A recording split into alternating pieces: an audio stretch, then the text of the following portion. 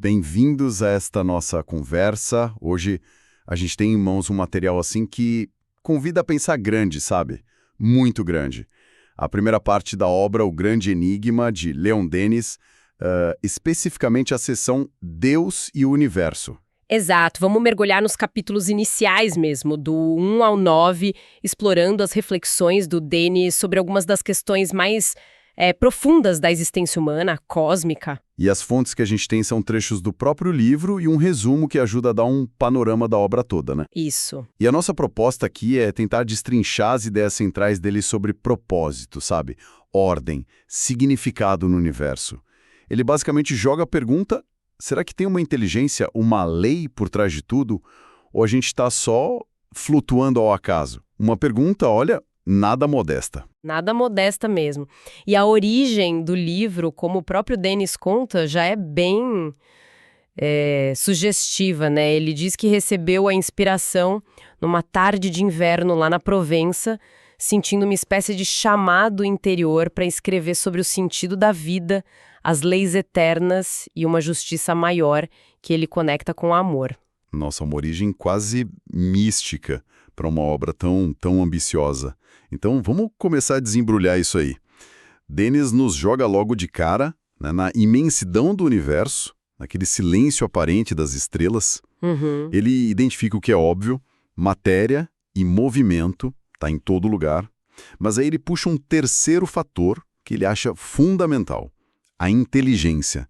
A nossa capacidade, né, de perceber, de pensar sobre isso tudo. Exato. E a pergunta inevitável que ele lança é: tá, mas de onde vem essa inteligência? E o argumento central dele é construído de uma forma bem lógica, eu diria. Parte do pequeno para o grande, sabe? Se nós que somos uma partezinha desse universo temos inteligência, temos consciência. Certo. Então, essa qualidade não pode ter brotado do nada, né? Ela tem que refletir alguma coisa do todo, do próprio universo. Para ele, a matéria é tipo a roupa da vida, sabe? Algo que muda, que é moldado. A força seria o motor, o agente da mudança, mas o que organiza, o que direciona isso tudo, teria que ser a inteligência. Entendi. E essa inteligência não seria algo assim, abstrato, parado? Seria uma força ativa que governa os mundos? Precisamente. Ele vê essa inteligência se manifestando através das leis universais. Leis que ele descreve como sábias, profundas, que garantem não só a ordem, mas a própria conservação e a evolução do cosmos. É o que ele chama de harmonia universal.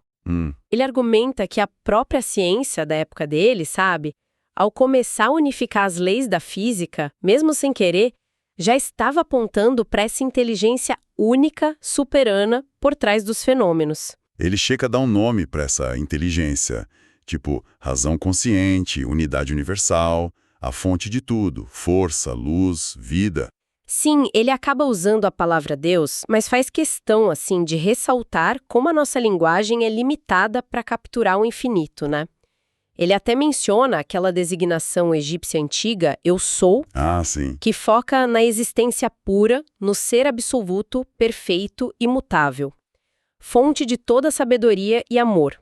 O foco dele não é tanto uma figura religiosa A ou B, mas a causa primeira inteligente que a gente percebe através da ordem e das leis do universo. E partindo dessa ideia, dessa inteligência por trás de tudo, o raciocínio dele fica bem interessante no capítulo 2, né? Quando ele começa a conversar com as descobertas científicas do fim do século XIX, começo do XX. Fica fascinante. Ele cita Crookes, Röntgen, os Curie, Gustave Le Bon, e usa as pesquisas deles para desafiar a visão materialista mais clássica. Exatamente. Ele fica muito intrigado com as descobertas sobre a natureza da matéria. O tal estado radiante, a radioatividade, aquilo tudo sugeria que a matéria não era tão sólida, tão paradona como se pensava. Pelo contrário, parecia que matéria e força eram, num nível fundamental, a mesma coisa, que a matéria podia se dissolver, virar energia, vibração, radiações sutis, como ele chama. Aquele conceito do átomo como uma bolinha indivisível já estava começando a balançar, então. Completamente. E o Denis vê nisso uma confirmação das ideias dele, claro. Se a matéria pode virar energia, Se o físico e o energético meio que se misturam, então a realidade que a gente percebe com os nossos 5 sentidos é só a pontinha do iceberg, né? Faz sentido. Teria que existir um universo invisível, um domínio imenso de forças, de energias, de formas sutis, que a ciência da época ainda não conseguia medir nem explicar direito. E é aí que ele faz a ponte com os fenômenos psíquicos, espirituais. Nossa, é uma conexão bem ousada para a época, né? Muito ousada. Ele usa essas descobertas tipo os raios-x que atravessam coisas sólidas, radioatividade que libera energia do nada, e até uns estudos da época sobre eflúvios humanos, que seriam energias sutis que emanariam das pessoas. Ele usa isso como analogia, como evidência indireta para a possibilidade de existirem seres em outras dimensões. Os espíritos. Entendi. Ele argumenta que fenômenos como telepatia ou levitação de objetos, ou até as chamadas materializações, né? Aparições que seriam tangíveis, coisas que desafiavam a física conhecida, poderiam ser explicadas se existissem inteligências capazes de manipular essas energias mais sutis, de agir sobre a matéria de um jeito que a gente ainda não entende. Então, a visão dele é que essa energia sutil ela seria a base de tudo. Tipo, a matéria-prima do universo. É por aí, ele postula a existência de uma substância única, universal. A gente poderia chamar de energia cósmica, fluido universal, emanando do pensamento divino. Essa substância se manifestaria em diferentes graus de condensação, sabe? Desde o estado mais rarefeito, que formaria os espíritos, até a matéria mais densa que forma nossos corpos e o mundo físico. Nossa! Então matéria e espírito seriam tipo 2 lados da mesma moeda. Exatamente. 2 polos da mesma realidade fundamental. Essa ideia de uma origem única, de uma substância fundamental que conecta tudo, isso leva naturalmente para outro conceito-chave que ele desenvolve no capítulo 3, que é a solidariedade, né? Se tudo vem da mesma fonte, se somos todos, na essência, manifestações dessa energia divina... Aí não tem como escapar. Estamos todos interligados. Somos irmãos, como ele diz. Daí nasce essa ideia de uma solidariedade universal. O que acontece com um afeta o todo. O nosso progresso individual ajuda o coletivo e os nossos erros, nossa estagnação, também têm um impacto que vai além de nós. Não estamos isolados nessa jornada, de jeito nenhum. Ele até usa aquela frase forte, vós sois todos deuses, né? Não que a gente já seja perfeito, claro. Não. Mas que a gente carrega essa centelha divina, esse potencial enorme que precisa ser despertado, desenvolvido ao longo da nossa evolução. Exatamente isso. E essa solidariedade não é só uma ideia bonita, abstrata. Ela se manifestaria na prática. Por exemplo, na ajuda mútua entre espíritos em diferentes níveis de evolução. Os mais adiantados ajudando quem ainda está aprendendo, quem está lutando mais. Uhum. E a própria evolução, na visão dele, não acontece numa vida só. Seria através de múltiplas existências. E as dificuldades, o sofrimento, não seriam castigos divinos, mas ferramentas de aprendizado, sabe? Consequências naturais das nossas próprias ações e escolhas passadas, nos empurrando para crescer. Entendi. E o que ele quer dizer com comunhão universal?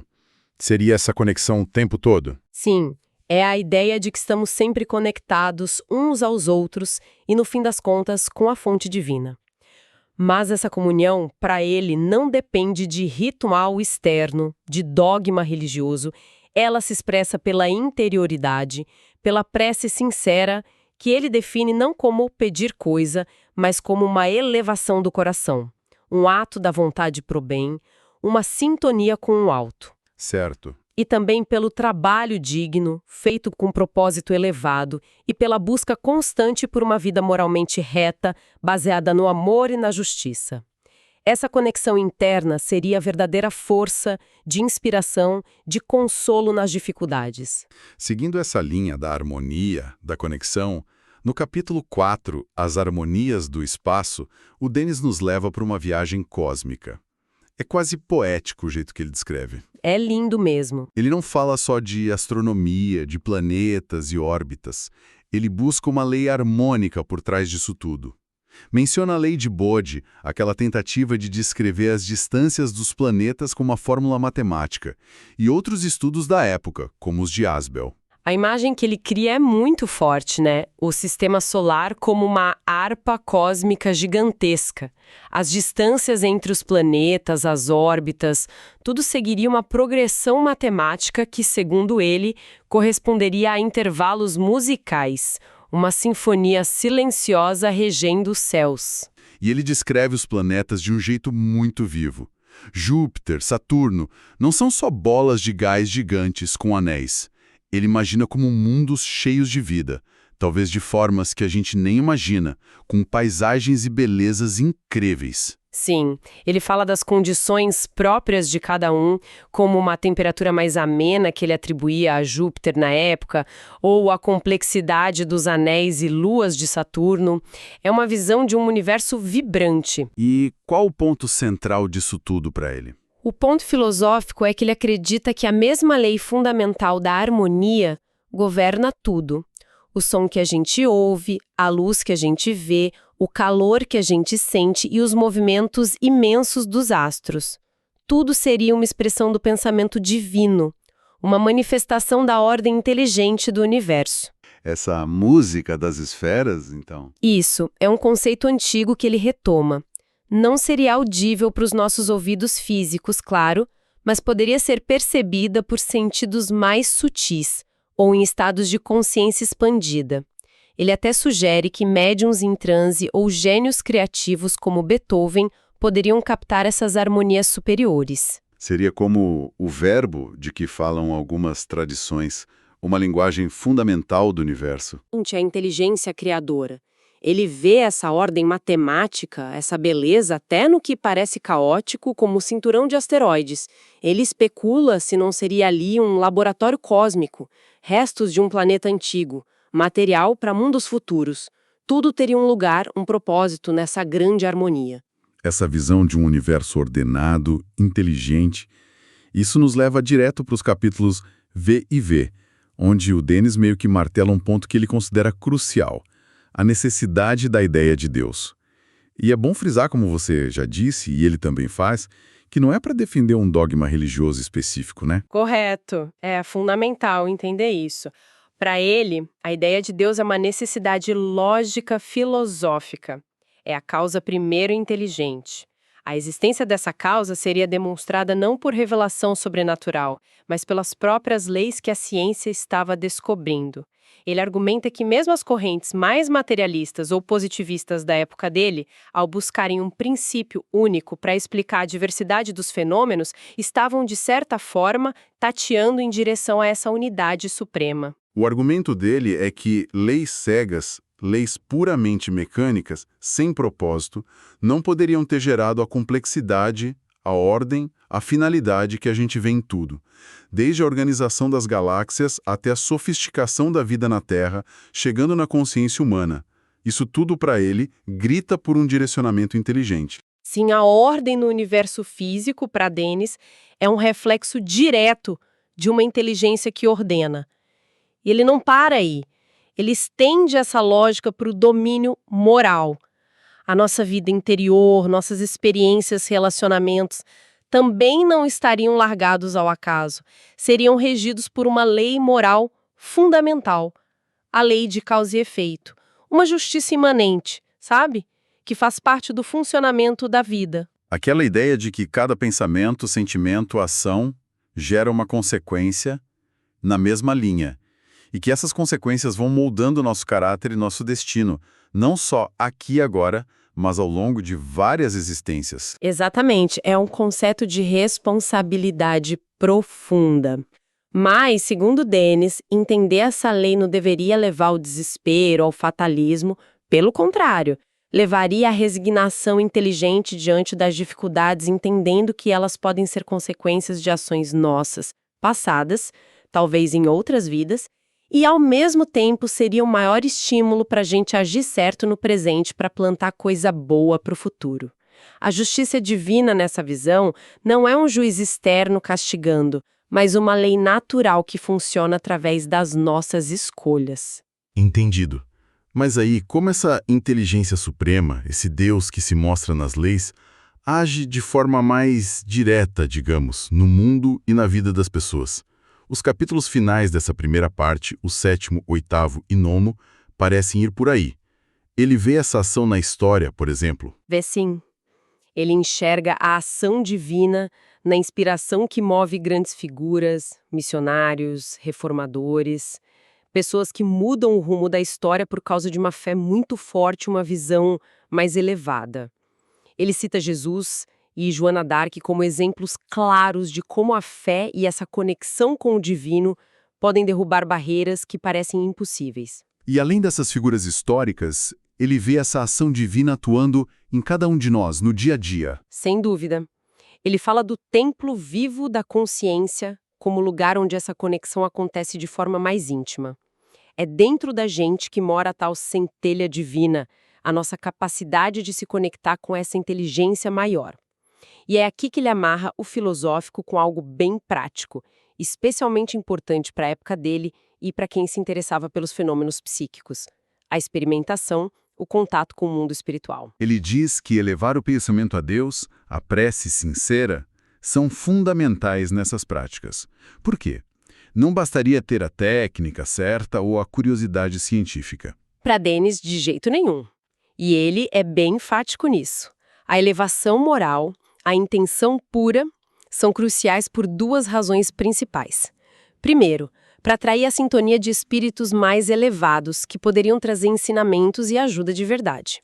Segundo, e talvez até mais importante, para se proteger das influências negativas. Ah, entendi. O Denis era um estudioso sério dos fenômenos, mas não era nada ingênuo. Ele alertava o tempo todo sobre os perigos de abordar o mundo espiritual de forma leviana, só por curiosidade, ou com uma mentalidade puramente experimental, fria. Porque nessa visão, o mundo invisível não é um lugar só de anjos, né? Exatamente. Assim como o nosso mundo aqui, o plano espiritual seria habitado por uma diversidade enorme de consciências, incluindo espíritos ainda muito apegados às coisas da terra, ignorantes ou até mal intencionados mesmo, que poderiam se aproveitar da ingenuidade ou das más inclinações das pessoas aqui para enganar, para mistificar, para prejudicar. Faz sentido. Por isso, a fé raciocinada, uma fé que questiona, mas que busca o bem, e uma base moral sólida, seriam as melhores defesas, os melhores filtros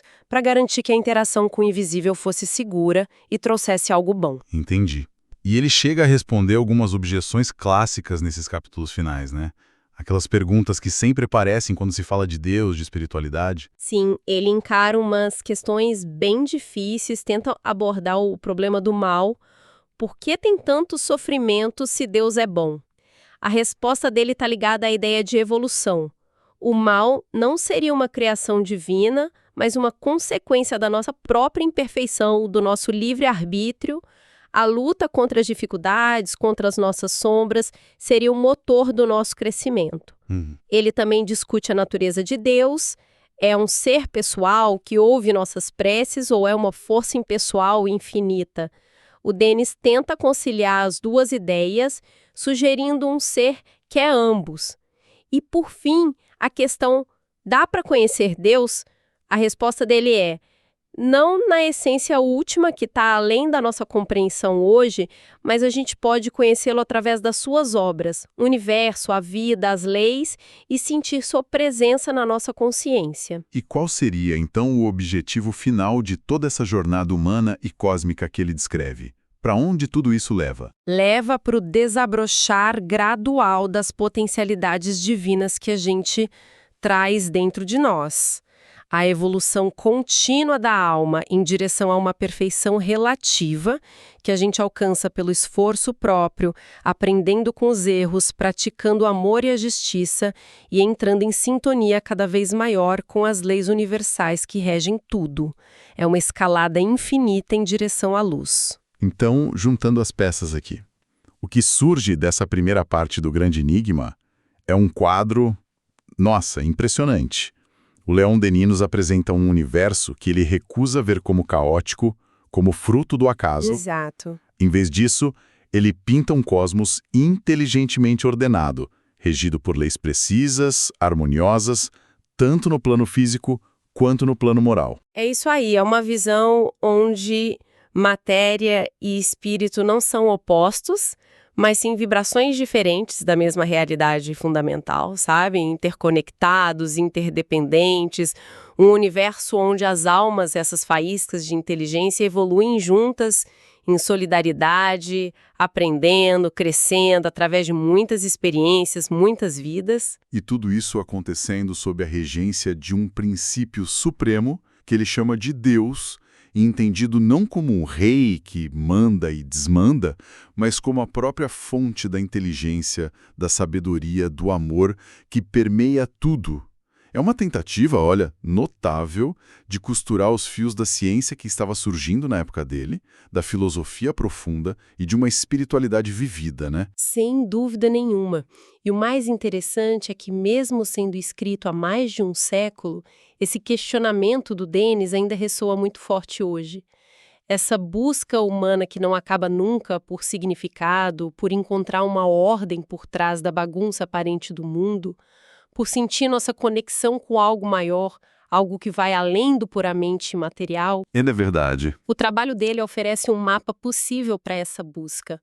Um mapa que não exige que a gente abandone a razão ou a ciência, mas que a gente integre isso com a intuição, com a experiência interior, com os valores morais. E, para quem nos ouve, fica talvez uma provocação final, bem inspirada pelo Denis. Se ele estiver certo, né? Se a harmonia for mesmo a lei fundamental do universo, desde as galáxias até as partículas minúsculas, e se a solidariedade for o